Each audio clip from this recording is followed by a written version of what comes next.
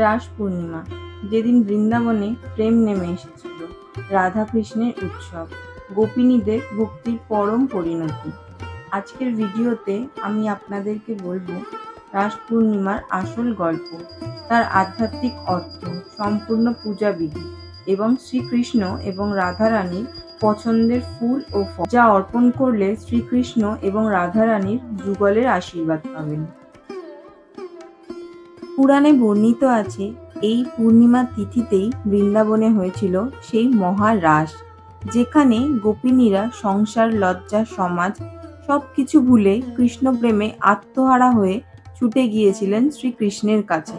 শ্রীকৃষ্ণ তাদের সংসারে ফিরে যেতে অনুরোধ করলেও গোপিনীরা তাতে রাজি হননি। তারা বলেছিলেন, আমাদের প্রাণ, আমাদের জীবন সবই তোমার।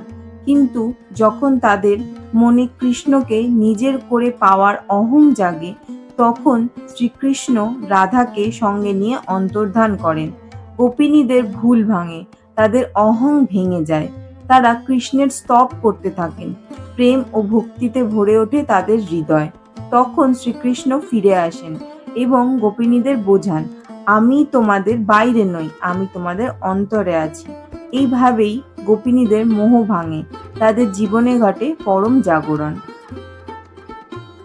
প্রথমে আমি ভগবানের অভিষেক করিয়ে নেব পঞ্চামৃত এবং সুগন্ধি জল দিয়ে। পঞ্চামৃত আমি আগে থেকেই প্রস্তুত করে রেখেছি। সঠিকভাবে কিভাবে পঞ্চামৃত তৈরি করতে হয় তার জন্য একটি ভিডিও আমি অলরেডি বানিয়ে রেখেছি, আপনারা আমার চ্যানেলে গিয়ে দেখে আসতে পারেন। এরপর আমি আপনাদের দেখাবো কিভাবে সুগন্ধি জল প্রস্তুত করতে হয়। একটি পরিষ্কার পাত্রে জল নিয়ে তার মধ্যে কিছু পরিমাণ চন্দন এবং কর্পূর আমি দিয়ে রেখেছি। এর মধ্যে আমি এবার অগরু এবং গোলাপ জল দেব। তারপর কিছু ফুলের পাপড়ি সহযোগে এটা সম্পূর্ণভাবে প্রস্তুত করে রাখবো ভগবানের অভিষেকের জন্য।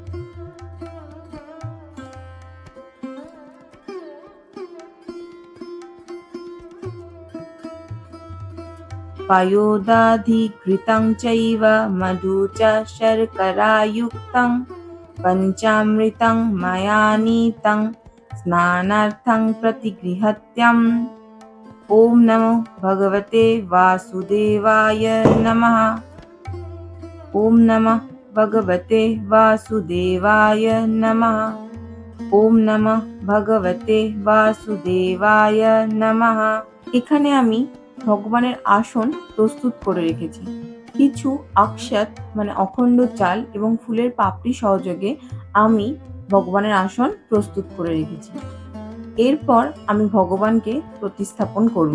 ওম কৃষ্ণায় বাসুদেবায় হরয়ে পরমাত্মনে প্রণতঃ ক্লেশনাশায় গোবিন্দায় নমো নমঃ। এরপর আমি বস্ত্র স্বরূপ মৌলি সুতো প্রদান করে দেব। তারপর আমি তিলক করে দেব। এখানে আমি শ্বেত চন্দন এবং লাল চন্দন দুই ব্যবহার করেছি।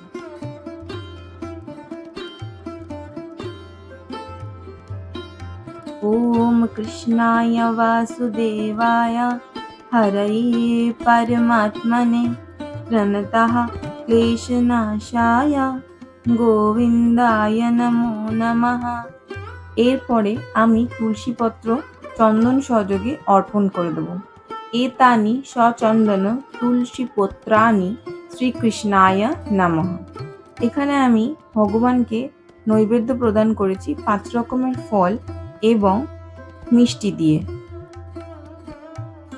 এই দিন অবশ্যই ভগবানের প্রসাদে একটি আমলকি রাখবেন।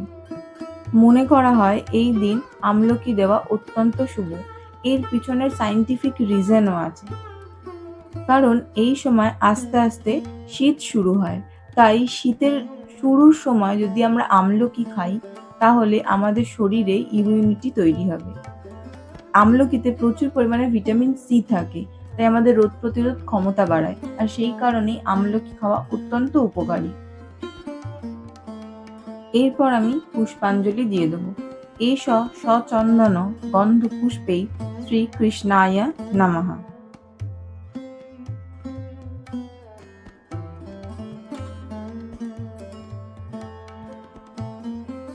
আগস্ত ফুল এই দিন অর্পণ করা খুবই শুভ বলে মনে করা হয়। স্কন্দপুরাণ অনুযায়ী দামোদর মাসে এই আগস্ত ফুল দ্বারা পূজা অর্চনা করলে তার অশ্বমেধ যজ্ঞের সমান পুণ্য লাভ হয়। এই দিন রাধারানী ও শ্রীকৃষ্ণকে যুগলে একটি গোলাপ নিবেদন করা অত্যন্ত শুভ বলে মনে করা হয়। আমি তুলসী পাতা সহযোগে এই গোলাপটি শ্রীকৃষ্ণ এবং রাধিকার উদ্দেশ্যে অর্পণ করে দেব। এষ সচন্দন গন্ধপুষ্পে শ্রীকৃষ্ণায় নমঃ। এষ সচন্দন গন্ধপুষ্পে শ্রীরাধিকাयै নমঃ। এষ সচন্দন গন্ধপুষ্পে শ্রীরাধাকৃষ্ণাভ্যায় নমঃ।